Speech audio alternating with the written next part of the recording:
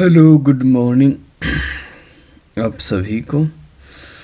और जैसा कि आप सभी को पता है कि राजस्थान में अब इलेक्शन आपके ख़त्म हो चुके हैं, फाइनल रिज़ल्ट भी आ चुका है। और राजस्थान में अब जो सरकार बनने वाली है वो बीजेपी की सरकार आपकी बनने वाली है। तो अब आप अपने रूटीन्स के अंदर वापस से लग जाएगा, अच्छे से स्टडी ज़रूर करें। देखो, कोई सी भी सरकार आएगी, वैकेंसी ज़रूर आने वाली है। आपके डिपार्टमेंट में अगर खाली पद है तो वो तो आने वाले। तो आप देखो, लोगों के भ्रम फैलाए हुए कि बीजेपी आगे वैकेंसियाँ नहीं देगी, ठीक है। ऐसा कुछ भी नहीं है। बीजेपी सरकार भी अपना कार्यकाल पूरा करेगी और वो भी वैकेंसियाँ निकालनी है, ठीक है।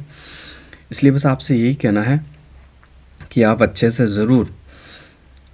ज़रूर अपनी स्टडी में लगे रहें। जो आपका टारगेट्स है, जो आपका एम्स है, आपको फर्स्ट ग्रेड बनना है, सेकंड ग्रेड या थर्ड ग्रेड, या फिर आपको असिस्टेंट प्रोफेसर, जो भी, पटवारी बनना है, वीडियो बनना है, जूनियर अकाउंटेंट बनना है, पशु परिचर बनना है। मैं कहता हूँ मेहनत में लगे, सफलता ज़रूर मिलेगी आपको। आप बिल्कुल अपने पद से विचलित ना हो, ज़रूर आप अपनी मंजिल तक पहुँच जाओगे। तो अगर मैं थोड़े से देखो चुनाव की अगर आपसे बात कर लूँ तो करंट में आपका सवाल बना जा सकता है कि भारतीय जनता पार्टी यानी बीजेपी ने कुल कितनी सीट जीती। तो बीजेपी द्वारा जीती गई जो सीट है वो 115 सीट है। बीजेपी ने कितनी सीटें जीती हैं? 115 सीटें जीती। जबकि मैं कांग्रेस की बात कर लूँ तो कांग्रेस ने 69 सीटें जीती हुई। कितनी सीटें? 69 सीटें, ठीक है। कौन सी विधानसभा के चुनाव थे? तो 16वीं विधानसभा के चुनाव संपन्न हो चुके हैं, ठीक है।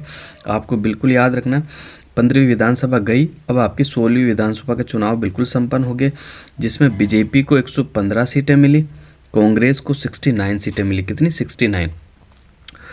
अब देखो, सवाल यहाँ से नहीं बनता, सवाल बनता छोटी छोटी पार्टियों से कि भाई भारत आदिवासी पार्टी ने कितनी सीट जीती है। तो भारत आदिवासी पार्टी ने जो सीट जीती है, तो कितनी सीट जीती है? 3 सीट जीती है। भाई भारत आदिवासी पार्टी ने कितनी सीट जीती है? तो 3 सीटें। और मैं बात कर लूँ बहुजन समाज पार्टी यानी बीएसपी ने कितनी सीटें जीती? तो बीएसपी ने जो 2 सीटें जीती। कितनी? 2। बीएसपी ने 2 सीटें जीती, ठीक है। भारत आदिवासी पार्टी ने 3 सीटें, बहुजन समाज पार्टी ने 2 सीटें जीती, ठीक है। राष्ट्रीय लोक दल यानी आरएलडी ने कितनी सीटें जीती? तो आरएलडी द्वारा 1 सीट जीत गई। कितनी भाई? 1 सीट आरएलडी द्वारा जीती गई है। और मैं बात कर लूँ राष्ट्रीय लोकतांत्रिक पार्टी, ठीक है, तो राष्ट्रीय लोकतांत्रिक पार्टी ने भी 1 सीट जीती है। कितनी सीट जीती है? 1 सीट जीती है। और निर्दलीय की बात कर लूँ तो निर्दलीय ने टोटल 8 सीटें जीती है। कितनी सीटें जीती है निर्दलीय ने? 8।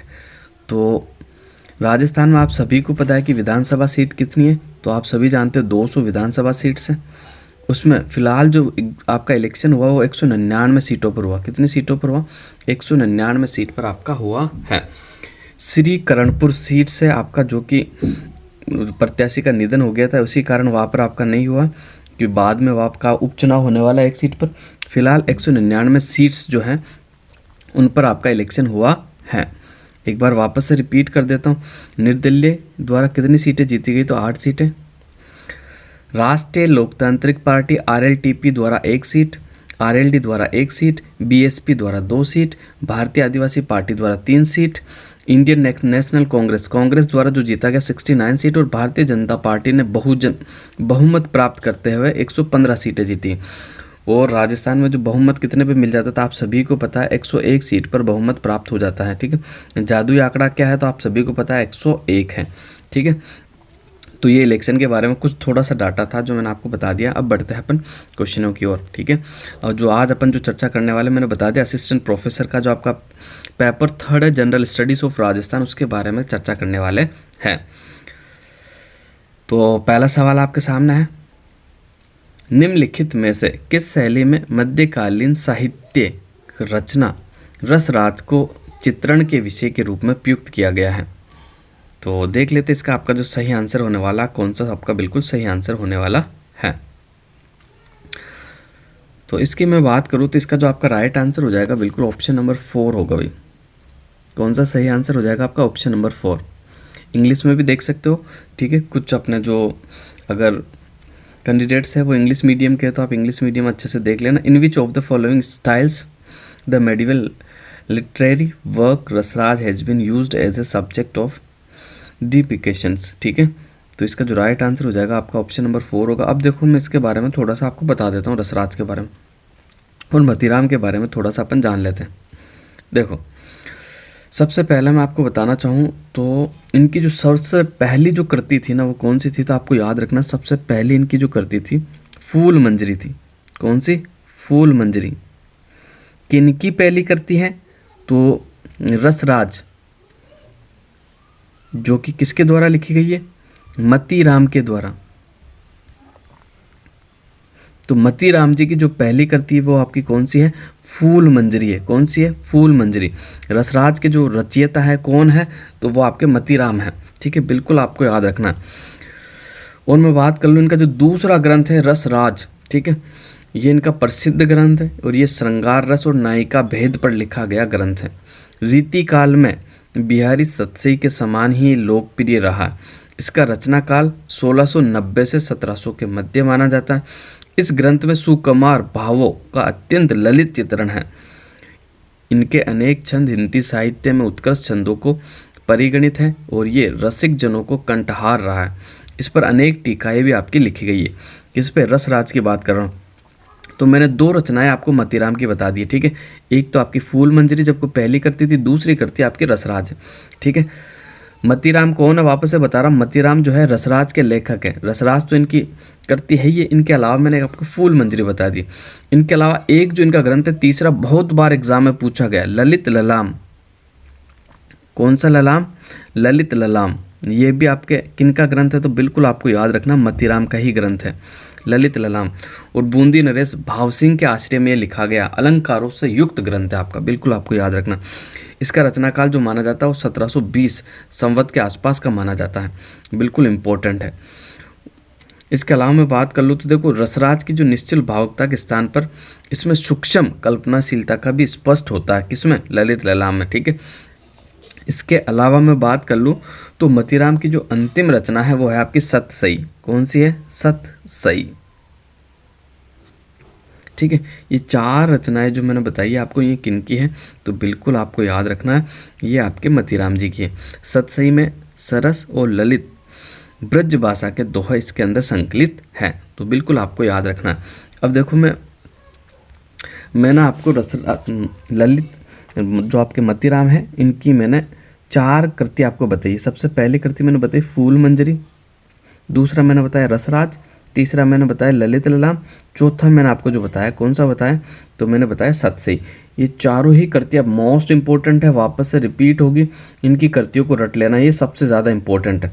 सवाल कैसे बन सकता है तो वापस से बताता हूँ। इनकी एक जो कृति है ललित ललाम, ये किनके आश्रय में लिखी गई है, तो बूंदी के जो नरेश भाव सिंह जो थे उनके, भाव सिंह जो थे उनके नेतृत्व में ये आपकी कृति लिखी गई है। सवाल वापस से रिपीट हो सकता है, ठीक है।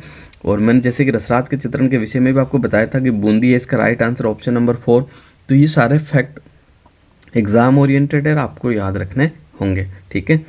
आगे बढ़ते हैं, अगला क्वेश्चन देख लेते हैं।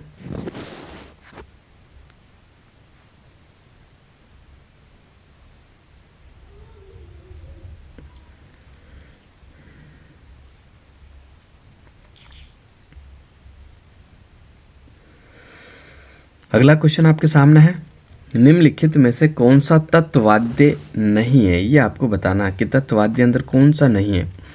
तो देखो रवाज भी आपका तत्ववाद्य है, जंतर भी आपका तत्ववाद्य है, कामायचा भी आपका तत्ववाद्य है, लेकिन अलगोजा जो है ना, अलगोजा आपका तत्ववाद्य नहीं है, ये आपका सुशीर वाद्य है, ठीक है। सुशीर वाद्य आपको बिल्कुल याद रखना है। अब देखो तत्ववाद्य और सुशीर वाद्य में अंतर क्या होता है। सुशीर वाद्य फूक दे के बजाए जाते हैं, ठीक है, जबकि तत्ववाद्य तारों से बजाए जाते हैं, ठीक है। इतना सा अंतर है। तत् यानी तारों से बजाए जाते हैं, तारों से इनकी ध्वनि निकलती है। सुशीर यानी हवा फूकने से उनकी ध्वनि निकलती है, इन्हें सुशीर वाद्य कहा जाता है। अलगोजा जो कि राजस्थान का लोक वाद्य यंत्र भी है, उसके बारे में अगर थोड़ी सी मैं चर्चा करना चाहूँ आपको, तो अलगोजा कैसे बना होता है देखो मैं बता देता हूँ। अलगोजे के अंदर क्या होती है, 2 बांसुरी एक दूसरे से जुड़ी हुई रहती है, ठीक है। ये 2 बांसुरियाँ हैं, ठीक है, ये एक दूसरे से जुड़ी हुई रहती है। इनके ऊपर 4-4 छेद होते हैं, ऐसे 4-4 छेद होते हैं और इधर से फिर आपकी हवा लगाई जाती है, ठीक है। इधर से फूका जाता है, फिर अलगोजे में एक सुशीर ध्वनि निकलती है, बिल्कुल आपको याद रखना। और ये जो अलगोजा है बाड़मेर के जो रण फकीरों का मुख्य वाद्य यंत्र है, जबकि इसका जो प्रमुख वाद्य यंत्र है वो धोंदे खा है। गोंगे खा भी पढ़ा जाता है, धोंदे खा भी पढ़ा जाता है, तो आपको बिल्कुल कंफ्यूज नहीं होना, धोंदे खा हो या गोंगे खा हो, दोनों ही सही है। इसके अलावा देखो अलगोजे की एक और ख़ास बात मैं आपसे शेयर करना चाहूँगा। 1982 की बात है, 1982 में दिल्ली में एशियाई गेम्स का जो स्टार्ट हुआ था वह अलगोजे के वादन से स्टार्ट हुआ था, आपको याद रखना, ठीक है। सवाल एग्जाम में पूछा जा सकता है। अब देखो थोड़ी सी मैं चर्चा कर लेता हूँ किसकी, रवाज की, जो कि आपके ऑप्शन नंबर 1 में दिया हुआ है। रवाज क्या है, तो रवाज अलवर और टोक क्षेत्र का लोकप्रिय वाद्य यंत्र है, एक तत्व वाद्य यंत्र है, ठीक है। और रम्मत के समय मारवाड़ के रावल जाति द्वारा बाजा जाता है, बिल्कुल आपको याद रखना। जंतर की अगर मैं थोड़ी सी बात कर लूँ तो देखो जंतर जो है ना, जंतर ये वीणा की आकृति वाला वाद्य यंत्र जो कि गुज्जर जाति के भोपे देव नारायण जी की फड़ वाचन के समय इसका वाद्य यंत्र यानी इसको बजाते हैं, बिल्कुल आपको याद रखना। ये भी आपका तत्व वाद्य यंत्र है। अगर कामायचा की थोड़ी सी मैं बात कर लूँ तो कामायचा जो है सारंगी के समान ही वाद्य यंत्र होता है। कामायचा में आपके 12 तार होते हैं। कितने तार होते हैं? 12 तार आपके कामायचा में होते हैं। जैसलमेर बाड़मेर क्षेत्र में इस वाद्य यंत्र का प्रयोग प्राय मुस्लिम शैख द्वारा किया जाता है, जो कि मांगणियार कहलाता है। क्या कहलाता है? मांगणियार। और प्रसिद्ध कामायचा वादक जो है वो कौन है आपके? साकर खा है। कौन है? साकर खा। तो ये इंपॉर्टेंट फैक्ट भी आपको बिल्कुल याद रखना है। इसके अलावा देखो मैं तत्ववाद्य की और बात करूँ तो देखो अपंग भी आपका तत्ववाद्य यंत्र है, बपंग भी आपका तत्ववाद्य यंत्र है, सुरिंदा भी आपका तत्ववाद्य यंत्र है, बिल्कुल आपको याद रखना। सितार भी आपका तत्ववाद्य यंत्र है और सारंगी भी आपका तत्ववाद्य यंत्र है। कामायचा में 12 तार होते हैं, सारंगी में 27 तार हो गए। सारंगी किससे बनती है? तो सागवान और रोहिड़ा और केर की जो जड़ होती है उसकी लकड़ी से आपकी सारंगी बनाई जाती है, ठीक है, बिल्कुल आपको याद रखना। और सारंगी के तार बकरे की आंत से निर्मित होते हैं, ये फैक्ट भी आपको बिल्कुल याद रखना है। अब बढ़ते हैं अगले क्वेश्चन की ओर। अगला क्वेश्चन देख लेते हैं। किस लोक नृत्य में पूरिया को नृत्य का मुख्य पात्र माना जाता है? ये आपको बताना है, तो देख लेते हैं। तो इसका जो आपका सही आंसर हो जाएगा बिल्कुल कौन सा नृत्य है? राई नृत्य है। इससे ही गंवरी नृत्य के नाम से भी जाना जाता है, ठीक है, कंफ्यूज नहीं होना। राई और गंवरी नृत्य आपका एक ही नृत्य है, अलग अलग नहीं है। इसके बारे में मैं आपको पूरा बता देता हूँ।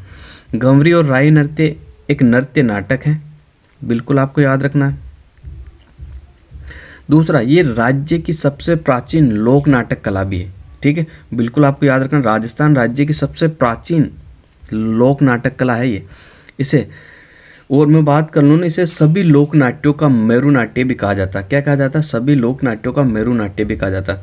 इस नृत्य नाटक में जो प्रमुख पात्र होता है ना वो भगवान शिव होता है। कौन होता है भाई? भगवान शिव होता है, ठीक है, बिल्कुल आपको याद रखना। जबकि शिव की अर्धांगिनी गौरी पार्वती के नाम के कारण इस नृत्य का जो नाम पड़ा ना वो क्या पड़ा? गंवरी पड़ा है, ठीक है, बिल्कुल आप याद रख सकते हो। इसके अलावा मैं बात कर लूँ तो गंवरी नृत्य में शिव को पूरिया कहा जाता है। यही सवाल आपका एग्जाम में पूछा गया था, ठीक है। क्या पूछा गया? पूरिया नृत्य का मुख्य आधार तो राई था, और पूरिया किसे कहा जाता है? तो शिव को पूरिया के नाम से जाना जाता है, भगवान शिव को। अब मैं बात कर लूँ थोड़ी और, तो इसमें जो नृत्यकार होते हैं त्रिशूल के चारों तरफ इकट्ठे हो जाते हैं और मांदल और थाली की ताल पर नृत्य करते हैं, ठीक है। कुटकुटिया इस नाट्य का सूत्रधार होता है। ये सवाल बड़ा इंपॉर्टेंट है।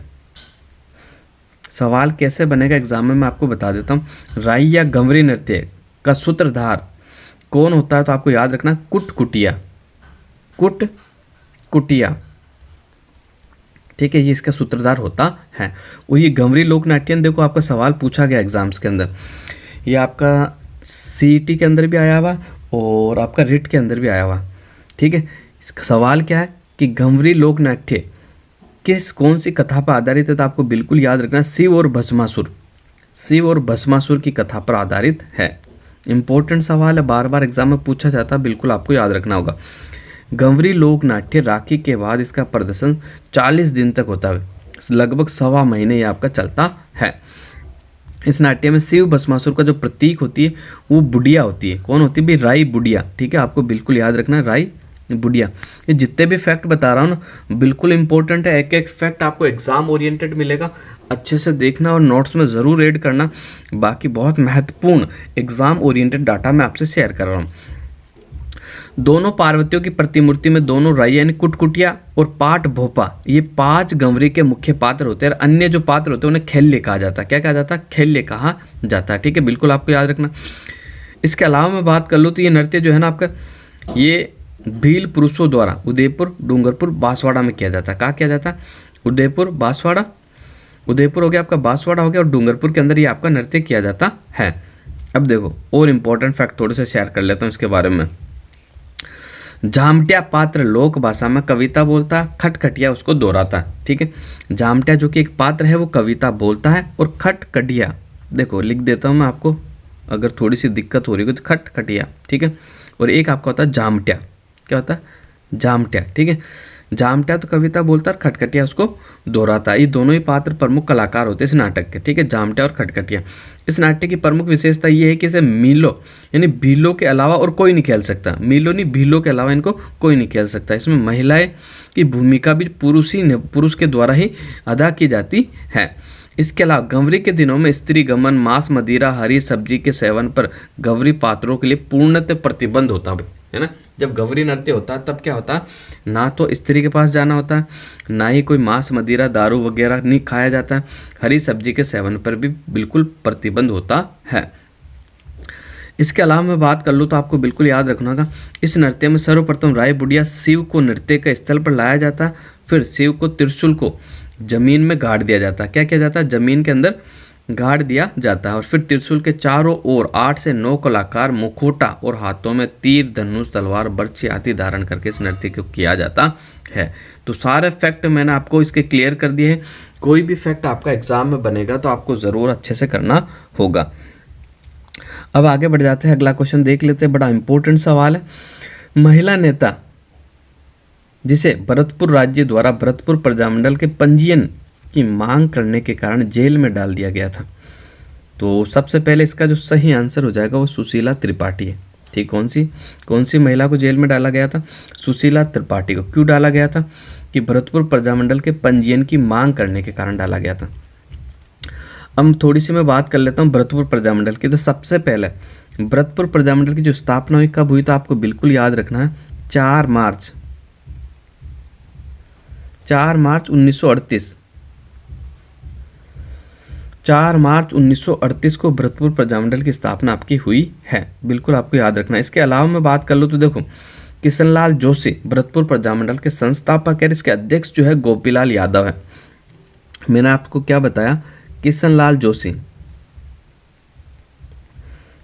जोशी जो है इस प्रजामंडल के संस्थापक है, भरतपुर प्रजामंडल के। जबकि आपके गोपीलाल यादव जो है, गोपीलाल यादव आपके क्या है, तो इस प्रजामंडल के अध्यक्ष है, चेयरमैन थे। ठीक है, आपको बिल्कुल याद रखना। 25 अक्टूबर 1939 को प्रजामंडल का नाम बदल दिया गया। बदलकर क्या रखा गया, तो आपको बिल्कुल याद रखना है। बदलकर क्या रखा? भरतपुर प्रजा परिषद। क्या नाम रखा गया? भरतपुर प्रजा परिषद इसका नाम कर दिया गया है, बिल्कुल आपको याद रखना।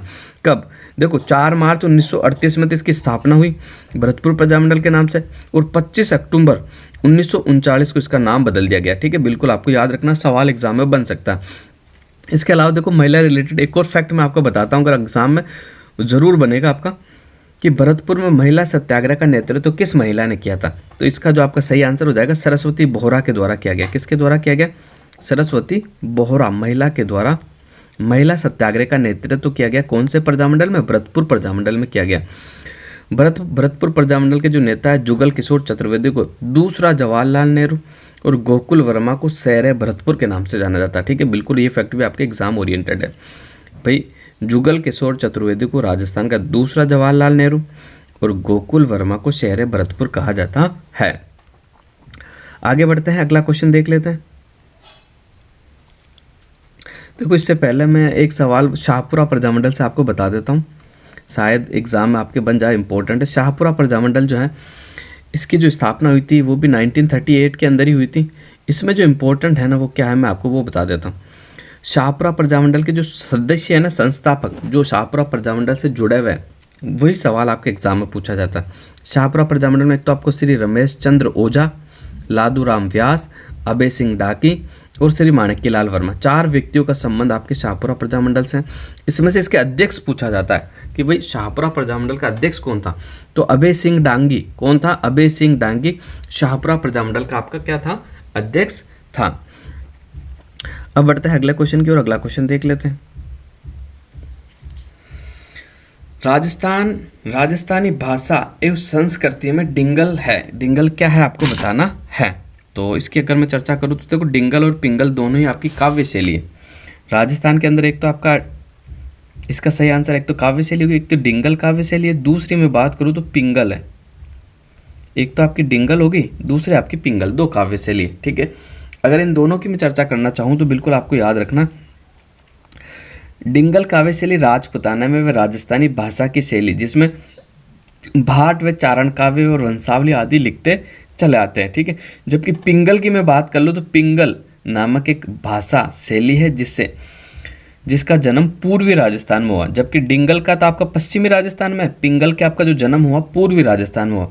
और ब्रज क्षेत्रीय भाषा शैली के उपकरणों को एक ग्रहण करता हुआ, यानी थोड़ा सा ब्रज भाषा का इफेक्ट देखा जा सकता है। बिल्कुल आपको याद रखना है। अब देखो, मैं और इम्पोर्टेंट फैक्ट आपको बता देता हूँ जो कि एग्जाम ओरिएंटेड है आपके। डिंगल क्या है? मारवाड़ी भाषा का साहित्यिक रूप। इंपॉर्टेंट है, मारवाड़ी भाषा का साहित्यिक रूप डिंगल है। और डिंगल जो है आपका चारणों द्वारा प्रयुक्त होती है और ये मारवाड़ी मिश्रित राजस्थानी है। इसको गीत के रूप में लिखा जाता है। इसकी उत्पत्ति गुज्जर अपभ्रंश से हुई है। ठीक है, आपको बिल्कुल याद रखना। और इसका प्रयोग पश्चिमी राजस्थान में होता है। राजस्थान में सर्वाधिक साहित्य डिंगल भाषा में ही आपको मिलते हैं। अगर मैं थोड़ी सी पिंगल की बात कर लूँ तो आपको बिल्कुल याद रखना, देखो पिंगल ये ब्रज मिश्रित राजस्थानी है। इसका प्रयोग भाटों द्वारा किया जाता है। इसमें छंद और वेदों के रूप में लिखा जाता है। इसका पूर्वी राजस्थान में सबसे ज़्यादा प्रयोग हुआ। इसकी उत्पत्ति सौर सैन्य अपभ्रंश से हुई है।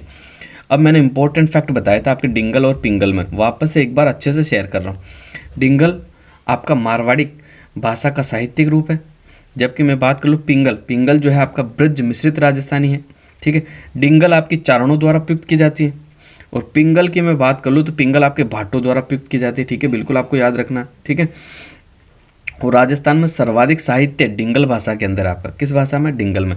डिंगल की जो उत्पत्ति हुई वो गुजरी अपभ्रंश से हुई है और पिंगल की मैं उत्पत्ति की बात कर लूँ तो सौरसैनी अपभ्रंश से इसकी उत्पत्ति हुई है। ये फैक्ट भी आपको बिल्कुल याद रखने होंगे, एग्जाम की दृष्टि से इंपॉर्टेंट है। अब बढ़ते हैं अगले क्वेश्चन की और अगला क्वेश्चन देख लेते हैं। सुमेलित करना है, एक तरफ आपको बोली दी हुई है और दूसरी तरफ आपको जिला दिया हुआ है। तो देखो, सबसे पहले धावड़ी जो बोली जाती है वो उदयपुर में बोली जाती है। ठीक है, धावड़ी कहाँ बोली जाती है? आपकी उदयपुर में। जगरोती जो बोली जाती है आपकी करौली में बोली जाती है। कहाँ बोली जाती है? करौली में। गोडवाड़ी आपके सिरोही के अंदर बोली जाती है, क्योंकि जो लूणी नदी का प्रवाह क्षेत्र है वो गोडवाड़ कहलाता है और लूणी नदी इन जिलों में से केवल सिरोही में बहती है, तो गोडवाड़ी क्या हो जाएगी? सिरोही के अंदर। बाकी क्या बची? वागड़ी जो बोली जाती है आपकी हनुमानगढ़ में बोली जाती है। कहाँ बोली जाती है? हनुमानगढ़ के अंदर बोली जाती है बांगड़ी। ठीक है, और एक वागड़ी है, बार बार देखो वागड़ी अलग है और बागड़ी अलग है, इस सवाल से आपका कंफ्यूजन क्लियर हो जाएगा। वागड़ी आपके डूंगरपुर बांसवाड़ा में, जबकि बागड़ी आपके हनुमानगढ़ और गंगानगर के क्षेत्र में बोली जाती है। बिल्कुल आपको याद रखना। ठीक है, अब देखो, मैं कुछ और इंपॉर्टेंट फैक्टों के बारे में थोड़ी सी चर्चा आपसे कर लेता हूँ। सबसे पहले मैं राजस्थानी भाषा की बात करूँ ना, तो इतिहासकारों के अनुसार मैं बात कर लूँ तो भारतीय भाषाओं में राजस्थानी भाषा का 7वां स्थान है। कौन सा स्थान है? 7वां। और विश्व की भाषाओं में राजस्थानी भाषा का जो नंबर आता है वो 16वां स्थान है। कौन सा स्थान है? 16वां। अब देखो, उद्योतिन सूरी ने 8वीं शताब्दी ने एक ग्रंथ लिखा था, उसका नाम था कुवल्यमाला। क्या था? कुवल्यमाला। किसके द्वारा लिखा गया? उद्योतिन सूरी के द्वारा लिखा गया। इसी ग्रंथ के अंदर 18 देसी भाषाओं में एक मरु भाषा को भी शामिल किया गया है। किस भाषा को शामिल किया गया? मरु भाषा को भी शामिल किया गया। यही सवाल एग्जाम में पूछा गया, कुवल्यमाला में कितनी भाषाओं का उल्लेख मिलता है? तो 18 भाषाओं का। सीईटी में भी आया हुआ है, ये रिट में भी पूछा गया आपका। इसके अलावा देखो, मैं बात कर लेता हूँ अब राजस्थानी भाषा की उत्पत्ति कैसे हुई उसके बारे में आपको बता देता हूँ। राजस्थानी भाषा का जो उद्भव है वो सौर सैनी अपभ्रंश से माना जाता है। किससे माना जाता है? बिल्कुल आपको याद रखना, सौर सैनी अपभ्रंश से। कौन से अपभ्रंश से माना जाता है? सौर सैनी अपभ्रंश से माना जाता है। ठीक है, और राजस्थानी भाषा की उत्पत्ति सौर सैनी अपभ्रंश से ही मानी जाती है अर्थात। ठीक है, डॉक्टर एलपी तेसीतुरी राजस्थानी भाषा की जो उत्पत्ति मानते हैं वो शोरसेनी अपभ्रंश से मानते हैं, जबकि George Ibrahim Grierson, doctor George Ibrahim Grierson और मोतीलाल पुरुषोत्तम मैनारिया जो मानते हैं वो नागर अपभ्रंश से मानते हैं। किस अपभ्रंश से मानते हैं? नागर अपभ्रंश से। ठीक है, आपको बिल्कुल याद रखना है। डॉक्टर जॉर्ज इब्राहिम ग्रियर्सन और डॉक्टर पुरुषोत्तम मैनारिया ये तो मानते हैं नागर अपभ्रंश है, जबकि एक है आपके के एम मुंशी और मोतीलाल। ठीक है, के एम मुंशी और मोतीलाल ये जो उत्पत्ति मानते हैं गुज्जर अपभ्रंश से मानते हैं। देखो बिल्कुल कंफ्यूज नहीं होना, पहले मैंने पुरुषोत्तम मैनारिया की जगह मोतीलाल मैनारिया बोल दिया था गलती से, वापस से मैं एक बार बता रहा हूँ, अच्छे से सुनना आप, बिल्कुल आपका कंफ्यूजन नहीं रहना चाहिए।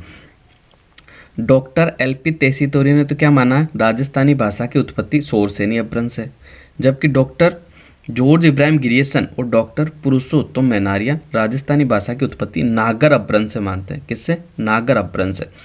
जबकि के एम मुंशी और मोतीलाल मैनारिया राजस्थानी भाषा की उत्पत्ति गुज्जर अपभ्रंश से मानते हैं। किससे मानते हैं? गुज्जर अपभ्रंश से। ठीक है, जबकि अधिकांश विद्वान राजस्थानी भाषा की जो उत्पत्ति मानते हैं वो गुज्जर अपभ्रंश से ही मानते हैं। राजस्थानी भाषा का जो उत्पत्ति काल है वो 12वीं सदी माना जाता है। कौन सी सदी? 12वीं सदी। इंपॉर्टेंट है, बिल्कुल आपको याद रखना होगा। अब देखो मैं बात कर लेता हूँ जॉर्ज इब्राहिम ग्रियर्सन की, इन्होंने किस पुस्तक लिखी थी? ठीक है, बिल्कुल आपको याद रखनी है। कौन सा ग्रंथ है?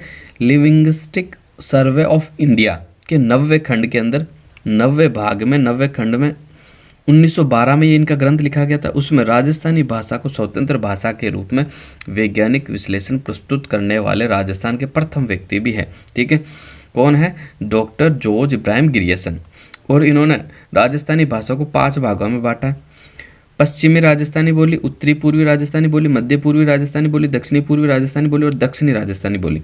ठीक है, ये भी आप बिल्कुल याद रख सकते हो। इसके अलावा देखो मैं एक भाषा आपको बता देता हूँ जो एग्जाम में पूछी जा सकती है। जैसे मालवी बोली जो है आपके राजस्थान की, कौन सी बोली? मालवी बोली। मालवी बोली जो है ना झालावाड़, कोटा, प्रतापगढ़ और मालवा से जुड़े भूभाग में बोली जाती है। ठीक है, मालवी बोली जो आपकी मारवाड़ी बोली और ढूंढाड़ी बोली का मिश्रण है। ये सवाल एग्जाम में पूछा जाएगा। मालवी का जो मिश्रण है तो मारवाड़ी और ढूंढाड़ी दोनों को मिला दिया जाता है। और मालवी की उपबोली की बात करूँ तो एक तो निम्बाड़ी है, निम्माड़ी और दूसरी रांगड़ी। कई बार एग्जाम में पूछा निम्माड़ी और रांगड़ी।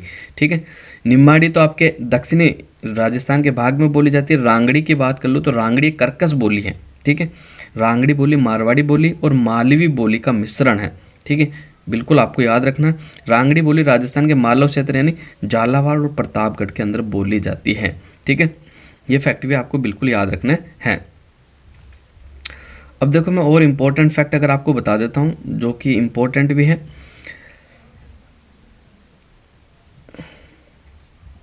डॉक्टर एलपी तेसीतुरी की बात कर लेता हूँ। तो डॉक्टर एलपी तेसीतुरी ने राजस्थानी भाषा को 2 भागों में बांटा है। तो पश्चिमी राजस्थानी बोली, पूर्वी राजस्थानी बोली। ठीक है, कितने भागों में बांटा? 2 भागों में बांटा है। इसके अलावा देखो कुछ इंपॉर्टेंट बोलियों की अगर मैं बात कर लेता हूँ, देवड़ा वाटी। देवड़ा वाटी आपकी कहाँ बोली जाती है? तो देवड़ा वाटी आपकी सिरोही में बोली जाती है। कहाँ बोली जाती है? सिरोही के अंदर बोली जाती है। थली जो बोली जाती है, थली आपकी कहाँ बोली जाती है? तो थली आपकी बाड़मेर और जैसलमेर के कुछ क्षेत्रों में आपकी थली बोली जाती है। इसके अलावा देखो मैं बात कर लेता हूँ कुछ और इम्पोर्टेंट, जैसे एक तो है आपकी तोरावटी। कौन सी लैंग्वेज है? तोरावटी। तोरावाटी, तोरावाटी जो आपकी बोली जाती है, कहाँ बोली जाती है? तो ये जयपुर के उत्तरी भाग, झुंझुनू, सीकर और कांटली नदी के आसपास के क्षेत्रों में आपकी तोरावटी बोली जाती है। एक बात कर लेता हूँ मैं राजावाटी की। तो देखो राजावटी कहाँ बोली जाती थी? जयपुर के पूर्वी भाग में बोली जाती है। राजावटी कहाँ बोली जाती? जयपुर के पूर्वी भाग में। एक मैं बात कर लेता हूँ नागरचोल। नागरचोल आपकी कहाँ बोली जाती है? तो नागरचोल की अगर मैं बात कर लूँ तो ये आपकी जो बोली जाती है सवाईमाधोपुर जिले के पश्चिमी भाग और टोंक के दक्षिणी पूर्वी भाग में आपकी क्या बोली जाती है? नागरचोली बोली जाती है। और एक है आपकी चौरासी। कौन सी है? चौरासी। चौरासी बोली की अगर मैं बात कर लूँ तो चौरासी जो बोली जाती है आपकी, ये राजस्थान के जयपुर जिले के पश्चिमी भाग में और टोंक के पश्चिमी भाग में आपकी चौरासी बोली जाती है। अब बढ़ते हैं अगले क्वेश्चन की, और जितने भी इंपॉर्टेंट फैक्ट थे मैंने आपसे शेयर कर लिए हैं। राजस्थानी की एक प्रारंभिक रचना रणमल छंद के रचनाकार थे। तो इसका जो सही आंसर हो जाएगा बिल्कुल ऑप्शन श्रीधर व्यास। ऑप्शन नंबर 4 जो है आपका बिल्कुल राइट आंसर हो जाएगा, श्रीधर व्यास। ठीक है। अगर मैं रणमल छंद की बात कर लूँ तो लगभग इसे 1400 ईस्वी में लिखा गया है। ठीक है। और इसमें 1498 में लिखी गई एक ऐतिहासिक वीरतापूर्ण कविता भी है, जिसमें 1398 में रणमल द्वारा अहमदाबाद और दिल्ली सल्तनत द्वारा नियुक्त मुस्लिम गवर्नर यानी मुजफ्फर शाह प्रथम यानी जफर खान की हार का वर्णन आपको मिलता है। ये सवाल बड़ा इंपॉर्टेंट है कि भाई रणमल छंद में कौन से युद्ध के बारे में बताया गया। तो एक तो आपके अहमदाबाद के दिल्ली सल्तनत के जो गवर्नर थे मुजफ्फर शाह के हार के बारे में बताया गया है। बिल्कुल आपको याद रखना है।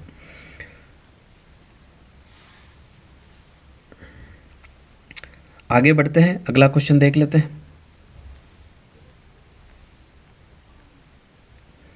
निम्नलिखित में से कौन सा प्राचीनतम मंदिर है। तो देखो मैं बात कर लेता हूँ, अगर दिए हुए में सबसे प्राचीन मंदिर कौन सा है, तो दिए हुए में सबसे प्राचीन मंदिर जो होगा ये सपनों का मंदिर, जगदीश मंदिर। ये तो आपके इनके काल में बना था, जगत सिंह द्वितीय के काल में बना था। ठीक है। रणकपुर महाराणा कुंभा के काल में बना था। ठीक है, 1400 के आसपास। और नाथ द्वारा महाराणा राज सिंह के काल में बना था। आबानेरी का जो हर्षद माता का मंदिर है ये आपका 8वीं से 9वीं सदी के मध्य बना और राजा निकुंभ चांद के द्वारा बनाया गया, आपको याद रखना। ठीक है। तो सबसे प्राचीन जो हो जाएगा आपका बिल्कुल ये जो हो जाएगा कौन सा, आबानेरी का हर्षद माता का मंदिर हो जाएगा। उदयपुर का जगदीश मंदिर मैंने आपको बता ही दिया। रणकपुर का मैंने ये भी बता दिया आपको, कुंभा के काल का। नाथ द्वारा दिए तो राज सिंह के काल का। ठीक है, बिल्कुल आपको याद रखना। 1652 से 1680 के काल का है ये नाथ द्वारा का श्रीनाथ जी का मंदिर। ठीक है, तो ये आपको याद रखना। तो सबसे प्राचीन जो हो जाएगा आपका कौन सा हो जाएगा, आबानेरी का हर्षद माता का मंदिर आपका सबसे प्राचीन हो जाएगा। अब देखो अगर कुछ मैं इंपॉर्टेंट फैक्टों की बात कर लूँ आपसे, तो मैं बात कर लेता हूँ मंदिरों के बारे में, जो कि बार बार यहाँ से आपके सवाल पूछे जाते हैं। मंदिरों के बारे में थोड़ी सी अगर मैं चर्चा करना चाहूँ तो राजस्थान के अंदर देखो कौन कौन सी शैली है उसके बारे में थोड़ी सी चर्चा करना चाहूँगा। बिल्कुल क्लियर करवा दूंगा मैं आपका मंदिर के बारे में। ऐसे फैक्ट शायद आपने पहली मर्तबा सुने होंगे। देखो भारत में मंदिर निर्माण की 3 प्रमुख शैलियाँ कौन कौन सी है मैं आपको बता दूँ। एक तो नागर होगी, नागर शैली। दूसरी में बात कर लूँ तो द्रविड़ शैली होगी। कौन सी शैली होगी, द्रविड़ शैली। तीसरी की मैं बात करूँ तो बैसर शैली होगी। कौन सी शैली होगी, बैसर शैली। ये 3 शैलियाँ, ठीक है, बिल्कुल आपको याद रखना। अब देखो अब मैं बता देता हूँ और क्या, राजस्थान में अधिकांश मंदिर जो है आपके नागर शैली में बने हुए। कौन सी शैली में बने हुए, नागर शैली के अंदर बने हुए। और राजस्थान में द्रविड़ शैली का जो प्रथम मंदिर है वो कौन सा मंदिर है, तो आपको याद रखना है चोपड़ा मंदिर धौलपुर। कौन सा मंदिर, चोपड़ा मंदिर धौलपुर।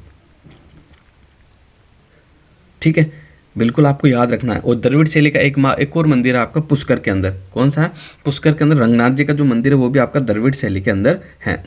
एक होता है आपका एकायतन शैली। अब देखो एकायतन शैली का मतलब क्या होता है मैं आपको बता देता हूँ। एकायतन शैली, एकायतन शैली जो होती है ना, एकायतन शैली जो मंदिर केवल एक देवता को समर्पित होता है उसे एकायतन शैली कहा जाता है। एक आपकी होती है पंचायतन शैली। कौन सी शैली, पंचायतन शैली। बार बार एग्जाम में पूछा गया सवाल है पंचायतन शैली में निर्मित मंदिर कौन सा है। तो देखो पंचायतन शैली क्या होती है आज मैं आपको क्लियर कर देता हूँ। पंचायतन शैली में एक आपका मंदिर का आकार होता है जिस, ठीक है, इस शैली में क्या होता है, मुख्य मंदिर जो होता है मुख्य रूप से तो ये भगवान विष्णु का मंदिर होता है। 4 कोने में आपके अलग अलग छोटे छोटे मंदिर होते हैं, जैसे शिव मंदिर, सूर्य मंदिर, शनि मंदिर और गणेश मंदिर। तो इस शैली को पंचायतन शैली के नाम से जाना जाता है। किस शैली, इस शैली को आपके पंचायतन शैली के नाम से जाना जाता है। और पंचायतन शैली का अगर प्रमुख उदाहरण की मैं बात कर लूँ तो देखो आपका ओस या जोधपुर वाला जो मंदिर है ना वो पंचायतन शैली का प्रमुख उदाहरण है। ये भी आप याद रख सकते हो। इसके अलावा देखो एक शैली है आपकी कच्छपात शैली। कौन सी शैली, कच्छपात शैली। कच्छपात शैली की मैं बात कर लूँ तो देखो ये शैली क्या होती है इसको समझना आप अच्छे से देख, ठीक है, अच्छे से समझना। एग्जाम ओरिएंटेड है, बिल्कुल एग्जाम की दृष्टि से इंपॉर्टेंट है। इसमें क्या होता है, कछुए के आकार के मंदिर बने होते हैं। कच्छपात शैली किसे कहते हैं, जिसमें कछुए के आकार के आपके मंदिर बने होते हैं उसे कच्छपात शैली कहा जाता है। और राजस्थान में कच्छपात शैली का जो मंदिर बना हुआ है वो एकमात्र मंदिर है। कौन सा, झालरापाटन वाला। झालरापाटन झालावाड़ वाला जो मंदिर है आपका वो आपका किस शैली में निर्मित है, तो आपको बिल्कुल याद रखना कच्छपात शैली में। कौन सी शैली में, कच्छपात शैली में बना हुआ मंदिर है। एक आपकी जो होती है महामारू शैली, ठीक है, महामारू शैली जो कि गुज्जर प्रतिहार शैली है। एक आपकी होती है, एक तो एक महामारू बता दिया मैंने, एक होती है मारू शैली, मारू शैली जो होती है ना, वो होती है आपकी सोलंकी शैली। कौन सी शैली होती है? सोलंकी शैली, जिसके बारे में मैं आगे चर्चा करने वाला हूँ। अब देखो मैं आपको बता देता हूँ राजस्थान के कुछ इंपॉर्टेंट मंदिर। राजस्थान का इंपॉर्टेंट मंदिर, उसके बारे में थोड़ी सी चर्चा करना चाहूँगा कि राजस्थान में गुप्तकालीन मंदिर कौन कौन से हैं। तो अच्छे से सुनना, राजस्थान में गुप्तकालीन मंदिर एक तो आपका शीतलेश्वर मंदिर झालावाड़, दूसरा चार चौमा मंदिर कोटा, कणसवा मंदिर कोटा, दर्रा मंदिर कोटा, माखनगंज मंदिर कोटा। ये 5 जो मंदिर हैं ना आपके, जो मैंने आपको बताए हैं, ये राजस्थान में गुप्तकालीन मंदिर हैं।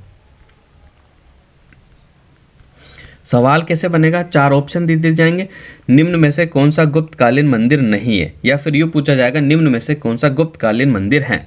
तो मैंने 5 मंदिर आपको बताया, जिसमें 4 तो कोटा में है, एक झालावाड़ में। शीतलेश्वर मंदिर झालावाड़, चार चौमा मंदिर कोटा, कणसवा मंदिर कोटा, दर्रा मंदिर कोटा, माखनगंज, देखो लिख के बता देता हूँ, कन्फ्यूज हो रहा तो माखनगंज मंदिर, ये भी आपका कहाँ पड़ता है? कोटा के अंदर ही पड़ता है। इसमें से एक खास बात आपको मैं बताना चाहूँगा कि राजस्थान में प्राचीनतम तिथि युक्त मंदिर, एकमात्र मंदिर कौन सा? शीतलेश्वर मंदिर। क्या तिथि लिखी हुई है तो आपको याद रखना, 689 ईस्वी। राजस्थान का तिथि युक्त एकमात्र मंदिर जो है वो कौन सा? शीतलेश्वर है। सबसे प्राचीनतम तिथि युक्त मंदिर जो है आपका शीतलेश्वर मंदिर है, जो कि आपका झालरापाटन झालावाड़ में पड़ता है। एक बार सवाल ये पूछा गया कि चार चौमा शिव मंदिर, चार चौमा जो मंदिर है किसे समर्पित है? तो शिव जी को समर्पित है। अब आगे बढ़ता हूँ मैं। अब मैं आपको बताना चाहूँगा गुज्जर प्रत्यार शैली के मंदिर। अब देखो गुज्जर प्रत्यार शैली जिसे क्या कहते हैं अपन? महामारू शैली में निर्मित गुज्जर प्रत्यार शैली को ही महामारू शैली कहा जाता है। देखो इंपॉर्टेंट फैक्ट बता रहा हूँ, गुज्जर प्रत्यार शैली, इसी शैली को किस नाम से जाना जाता है? महामारू शैली के नाम से जाना जाता है, महामारू शैली। ठीक है, आपको बिल्कुल याद रखना। और इसमें भी देखो 2 तरह के मंदिर है, एक तो प्रारंभिक मंदिर है और एक विकसित मंदिर है। प्रारंभिक मंदिरों की अगर मैं बात कर लूँ तो इसमें देखो सूर्य मंदिर ओसिया, हरिहर मंदिर ओसिया, महावीर मंदिर ओसिया, कालिका मंदिर चित्तौड़गढ़, हर्षद माता मंदिर आबानेरी दौसा। ठीक है, जैसा कि ऑप्शन में, चौथे ऑप्शन में ही लिखा हुआ था आपका। ये जो 5 मंदिर मैंने आपको बताए, ये गुज्जर प्रत्यार शैली के प्रारंभिक मंदिर हैं। ठीक है, ठीक है। कौन कौन सा मंदिर है? सूर्य मंदिर, हरिहर मंदिर, महावीर मंदिर, कालिका मंदिर, हर्षद माता मंदिर। ठीक है, बिल्कुल आपको याद रखना। अब मैं आपसे बात करना चाहूँगा गुज्जर प्रत्यार शैली के विकसित मंदिर। मैंने आपको 2 बताए थे गुज्जर प्रत्यार शैली के, एक तो प्रारंभिक मंदिर बता चुका हूँ। अब मैं आपको बताऊंगा गुज्जर प्रत्यार शैली के विकसित मंदिर कौन कौन से राजस्थान में है। सबसे पहला आपका कामेश्वर मंदिर पाली, ठीक है। दूसरा रणछोड़ मंदिर आपका बालोतरा। तीसरी में बात कर लूँ नकटी माता मंदिर आपका जयपुर ग्रामीण, मरकंडी माता का मंदिर आपका पाली निमाज पाली में, दधिमती माता का मंदिर आपका घोट मांगलोद, आदिवरा का मंदिर आपका आहड़ उदयपुर, हर्षद माता का मंदिर आपका रेवासा, घाटेश्वर मंदिर आपका बाडोली चित्तौड़गढ़, नीलकंठेश्वर मंदिर आपका केकिंद यानी जसनगर नागौर वाला, और एक आपका नीलकंठेश्वर मंदिर राजौरगढ़ अलवर वाला, सोमेश्वर मंदिर किराड़ू बाड़मेर। ये राजस्थान के जो मंदिर हैं ये गुज्जर प्रत्यार शैली के विकसित मंदिर हैं, बिल्कुल आपको याद रखना है। 5 मंदिर मैंने गुज्जर प्रत्यार शैली के पहले बताए थे, 16 और 11 मंदिर ये बताए, तो टोटल 16 गुज्जर प्रत्यार शैली के मंदिर मैं आपको बता चुका हूँ। इनको रट लो, बार बार सवाल पूछा जाता है कि कौन सा मंदिर गुज्जर प्रत्यार शैली का नहीं है, कौन सा मंदिर महामारू शैली में निर्मित है, कौन सा मंदिर महामारू शैली में निर्मित नहीं है। इस प्रकार आपके एग्जाम्स में क्वेश्चन बनाए जाते हैं और बड़े इंपॉर्टेंट क्वेश्चन बनाए जाते हैं। यहाँ अक्सर कैंडिडेट जो होते हैं बिल्कुल सवाल को समझ नहीं पाते और उन्हें गलत कर देते हैं।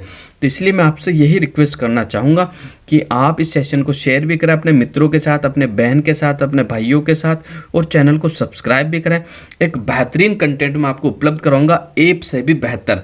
लोग यही कंटेंट आपको ऐप में बेचते हैं और 5,000, 10,000, 15,000, 20,000 रुपये आपसे लेते हैं। मैं यही कंटेंट आपको यूट्यूब पर फ्री में उपलब्ध करवाया हूँ। इसलिए बस आपसे यही एक छोटी सी रिक्वेस्ट है कि इस क्लास को अपने मित्रों से ज़्यादा शेयर ज़रूर करें।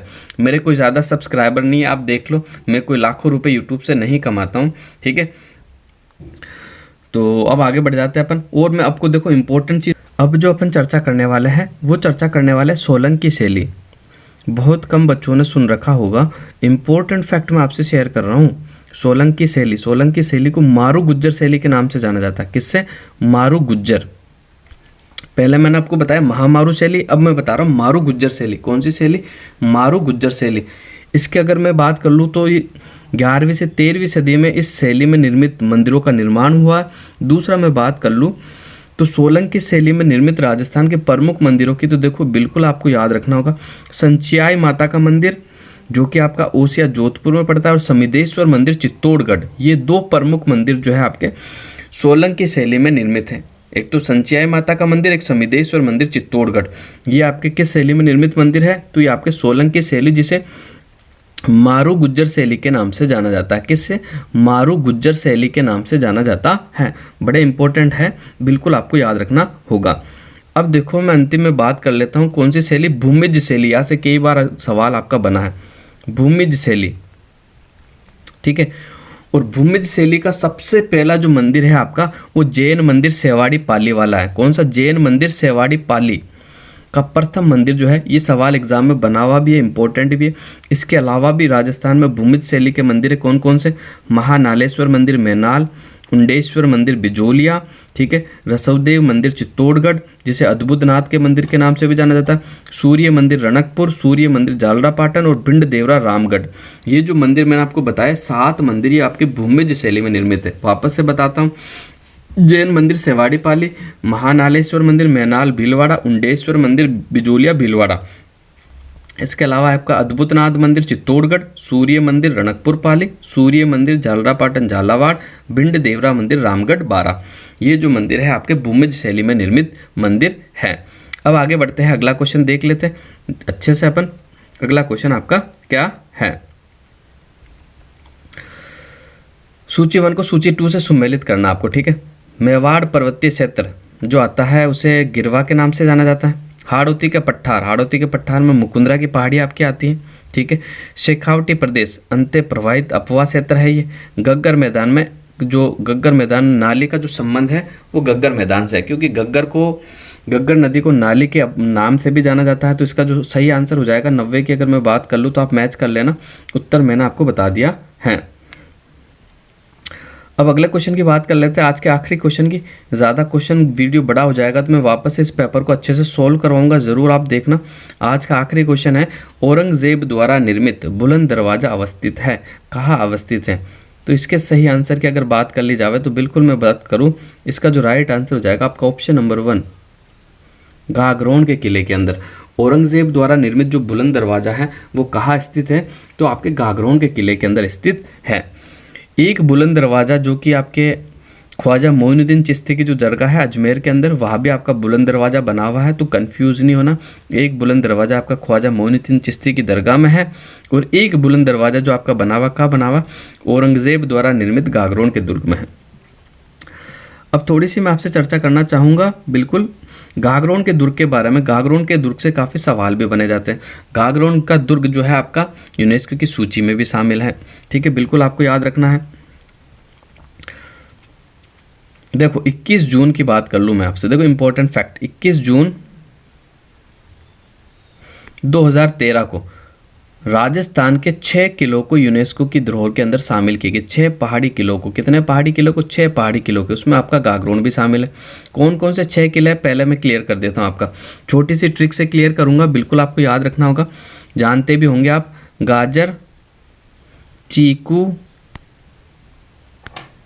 आम, गाजर चीकू आम, गागरोन, जैसलमेर, रणथंभौर, चित्तौड़, कुंभलगढ़, आमेर, ठीक है। गा से आपका गागरोन, जे से जैसलमेर, रे से आपका रणथंभौर, ची से चित्तौड़गढ़, कू से कुंभलगढ़, आम से आपका आमेर हो जाएगा। अब मैं आमेर के किले के बारे में थोड़ी सी चर्चा करना चाहूँगा। देखो गागरोन का जो आपका किला है ना, ये आपका कौन से ज़िले में स्थित है? तो झालावाड़ में स्थित है, आप सभी जानते हो। दक्षिणी पूर्वी राजस्थान के सबसे प्राचीन और विकट दुर्गों में एक गागरोन दुर्ग एक उत्कृष्ट जल दुर्ग की श्रेणी में आता है। किसमें? जल दुर्ग की श्रेणी में आता है, बिल्कुल आपको याद रखना। राजस्थान का सबसे मुख्य रूप से जल दुर्ग की जो श्रेणी में आता है ना, सबसे पहला जो किला है वो गागरोन है, जिसे झालावाड़ में आहू और कालीसिंध नदी के किनारे संगम स्थल पर डोड परमार द्वारा, किसके द्वारा? डोड परमार के द्वारा बनवाया गया है। इसीलिए इसका नाम क्या? डोडगढ़ भी कहा जाता है। इसे क्या कहा जाता है? इसे डोडगढ़ के नाम से भी जाना जाता है। डोडगढ़, डोडगढ़ के नाम से भी जाना जाता है। दूसरे में बात कर लो तो धूलरगढ़ भी कहा जाता है। क्या कहा जाता है? धूलरगढ़ भी इसे ही कहा जाता है। डोडगढ़ और धूलरगढ़ इसी से कहा जाता है। इसके अलावा देखो मैं बात कर लूँ तो चौहान कल्पद्रुम के अनुसार खिंची राजवंश के संस्थापक देवी सिंह ने 12वीं शताब्दी में के उत्तरार्ध में इसे डोड शासक बीजल देव से जीतकर इसका नाम गागरोन रखा था। किससे? बीजल देव से जीतकर इसका नाम क्या कर दिया? गागरोन। किसने किया था? देवी सिंह खींची ने किया था। ये दुर्ग आपके मुकुंदरा की पहाड़ी पे बना हुआ, इंपॉर्टेंट है। गागरोन का दुर्ग कौन सी पहाड़ी पे बना हुआ? मुकुंदरा की पहाड़ी पे। और मैं बात कर लूँ, देखो जैत सिंह के समय प्रसिद्ध सूफी सिंध हमीमुद्दीन, कौन से दीन? तो आपको हमीदुद्दीन की जो दरगाह है वो भी आपके यही बनी हुई है, कई बार एग्जाम में पूछी गई है। खुरासान से गागरोन आए थे ये, और या इनको मिट्टे शाह की दरगाह के नाम से भी जाना जाता है, और हमीमुद्दीन चिश्ती की दरगाह के नाम से भी जाना जाता है, जो कि गागरोन में स्थित है। इसके अलावा भगवान मधुसूदन का जो मंदिर बना हुआ वो भी आपका यही बना हुआ राव दुर्जन साल हाड़ा के द्वारा बनवाया गया था। कोटा रियासत के सिक्के डालने की जो निर्मित टकसाल है वो भी आपकी यही बनी हुई है। इसके अलावा रामानंद के जो शिष्य है पीपाजी की जो छतरी बनी हुई वो भी गागरोन के अंदर बनी हुई है। इसके अलावा मैं बात कर लूँ तो कोटा जालिम सिंह द्वारा विशाल परकोटा ने जालिम कोट एवं औरंगजेब द्वारा बुलंद दरवाजा भी इस दुर्ग के अंदर आपका बना हुआ है। ठीक है। इसके अलावा मैं और बात करूँ तो देखो दुर्ग के पास एक ऊंची पहाड़ी बनी हुई है जिसे गीद कराई कहा जाता है। क्या कहा जाता है? गीद कराई। ठीक है। यही पहाड़ी है जो अपराधियों को सजा भी दी जाती थी। ठीक है। अगर कोई चोरी कर लेता है, कोई भी अपराध करता है तो उसको सजा के लिए गीद कराई पहाड़ी पर ले जाया जाता था। ठीक है। और इसके अलावा मैं बात कर लूँ तो यहाँ पर दो बुर्ज, एक तो आपकी राम बुर्ज, दूसरी आपकी ध्वज बुर्ज, जो कि इस किले के अंदर स्थित है। कहाँ? गागरोन के किले में। एक तो ध्वज बुर्ज, एक राम बुर्ज जो है आपके गागरोन में स्थित है। इसके अलावा मैं बात कर लूँ तो इसके अन्य नाम की तो डोडगढ़, धूलरगढ़, गरगराटपुर, मुस्तफ़ाबाद भी इसे ही कहा जाता है। और यह 2 साके हुए थे आपके, एक तो 1423 ईस्वी में, एक तो आपका 1423 ईस्वी में हुआ था, दूसरे की मैं बात करूँ 1444 ईस्वी में हुआ था। 2 आपके जो साके हुए हैं वो आपके गागरोन के अंदर हुए हैं। तो आज की क्लास को यही विराम देना चाहेंगे। अगली क्लास में और बेहतर कंटेंट के साथ और बेहतर क्लास के साथ मैं आपके सामने प्रस्तुत होने वाला हूं। बस आप सभी साथियों से रिक्वेस्ट है, आप नए हो तो चैनल को ज़रूर सब्सक्राइब करें, अपने मित्रों के साथ जितना ज़्यादा हो सके उतना ज़्यादा शेयर करें। देखो ज्ञान बांटने से बढ़ता है, आप बांटोगे तो आपका ज्ञान कहीं नहीं जाने वाला और आपका ज्ञान बढ़ेगा। इसलिए अपने मित्रों के साथ ज़्यादा से ज़्यादा शेयर करें। बस इतना ही है, बाकी बेहतर कंटेंट मैं आपको उपलब्ध करवाऊंगा। आप असिस्टेंट प्रोफेसर की तैयारी कर रहे हो या आप फर्स्ट ग्रेड की तैयारी कर रहे हो, आरएस की तैयारी कर रहे हो, एसआई की तैयारी कर रहे हो, कोई से बड़ा एग्जाम हो जिसमें राजस्थान जीके अगर पूछी जाती है तो बिल्कुल ज़र्रा बराबर भी डाउट नहीं रखूँगा, पूरा राजस्थान जीके मैं आपका क्लियर करवा दूंगा।